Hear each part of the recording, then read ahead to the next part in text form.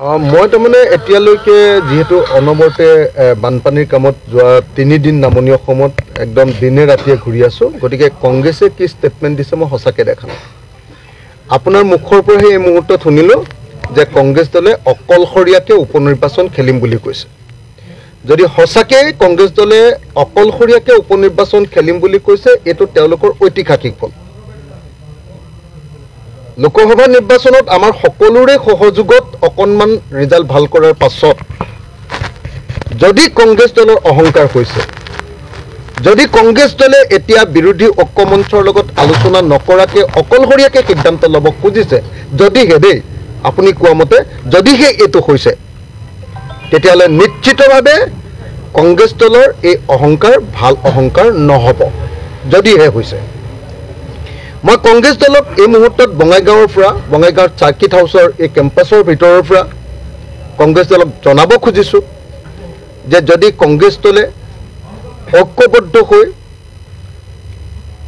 আমি গোটেইবিলাকে যেতিয়া ইলেকশ্যন খেলোঁতে ৰাইজৰ যিটো আমি সঁহাৰি লাভ কৰিছিলোঁ, সেইটোকে একমাত্ৰ কংগ্ৰেছৰ প্ৰতি মানুহৰ সমৰ্থন বুলি ধৰি লয়, তেতিয়াহ'লে তেখেতসকলে মূৰ্খৰ স্বৰ্গত বসবাস কৰা হ'ব।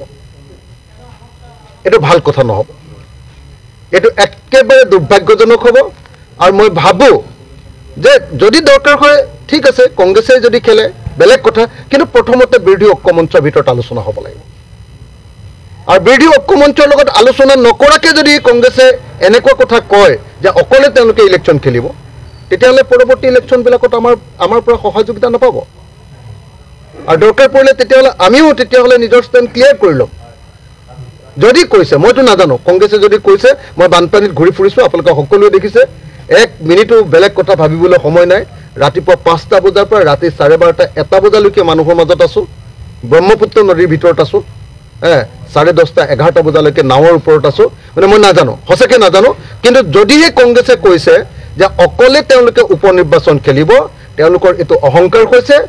সামান্য ৰাইজৰ সঁহাৰি, কিছু পৰিমাণে ৰাইজৰ সঁহাৰি আপোনাৰ লোকসভা নিৰ্বাচনত লাভ কৰাৰ পাছত যদি কংগ্ৰেছৰ এনেকুৱা ধৰণৰ অহংকাৰ হয়, অসমৰ মানুহে গ্ৰহণ নকৰিব কথাটো।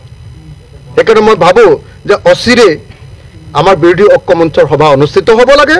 আৰু বিৰোধী ঐক্য মঞ্চৰ সভাত যদি কংগ্ৰেছ দলে ক'ত খেলিব খোজে সেই কথা কওক, আৰু বাকী দলে যদি ক'ৰবাত খেলিব খোজে তেওঁলোকেও আলোচনাটো কৰক। সকলোৱে আলোচনাৰ শেষত আমি যি সিদ্ধান্ত ল'ম সেই সিদ্ধান্ত মতে হ'ব লাগে বুলি মই ভাবোঁ। আৰু কংগ্ৰেছ দলে যদি আগতীয়াকৈ নিজা সিদ্ধান্ত গ্ৰহণ কৰে, তেতিয়াহ'লে নিশ্চিতভাৱে বাকী বিৰোধী দলবিলাকেও নিজা সিদ্ধান্ত গ্ৰহণ কৰিবলৈ বাধ্য হ'ব। মানে আপোনালোকে প্ৰাৰ্থী দিব যদি ইয়াতে আলোচনা নকৰে? মানে দেখা যাওক, মই প্ৰথমতে কংগ্ৰেছ দলৰ কথাখিনি শুনি লওঁ। এতিয়ালৈকে কংগ্ৰেছ দলৰ কথাখিনি শুনা নাই, আৰু কংগ্ৰেছ দলৰ সভাপতিৰ লগত কথা পাতি লওঁ। যদি সঁচাকৈ তেখেতসকলে এনেকৈ ধৰণে কৈছে, বিৰোধী ঐক্য মঞ্চ এটা থকাৰ পাছতো আৰু আজি এমাহৰ আগত একেলগতে ইলেকশ্যন খেলি যোৱাৰ পাছতো যদি অকলশৰীয়াকৈ ইলেকশ্যন খেলাৰ কথা তেওঁলোকে ঘোষণাই কৰি দিছে, মই নাজানো আপুনি কৈছে ঘোষণাই কৰি দিছে বুলি, যদি ঘোষণা কৰি দিছে ডেফিনেটলি কংগ্ৰেছ দলৰ এই ঘোষণা আমি ইতিবাচক ঘটনা বুলি নামানো। আমি ডেফিনেটলি ইয়াৰ বিৰোধিতা কৰিম, আৰু ডেফিনেটলি আমি কংগ্ৰেছ দলে আমাৰ লগত আলোচনা নকৰাকৈ, আটাইবিলাক বিৰোধী দলৰ লগত আলোচনা নকৰাকৈ কৰা এনেকুৱা সিদ্ধান্তক অহংকাৰ বুলি গণ্য কৰিম।